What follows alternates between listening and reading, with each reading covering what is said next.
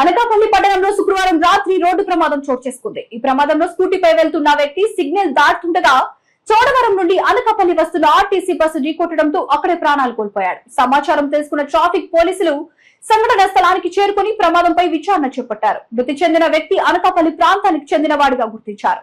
అనంతరం మృతదేహాన్ని post mortem నిమిత్తం ఎన్టీఆర్ ప్రభుత్వ ఆసుపత్రికి తరలించారు.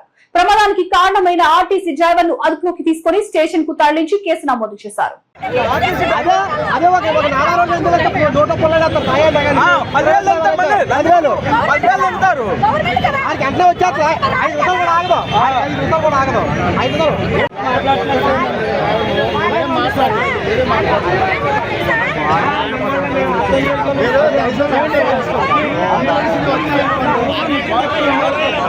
గుర్తు పంపండి, అంబులెన్స్ వస్తేనే గుర్తు పంపండి, సరిపోతుంది అంబులెన్స్ వస్తే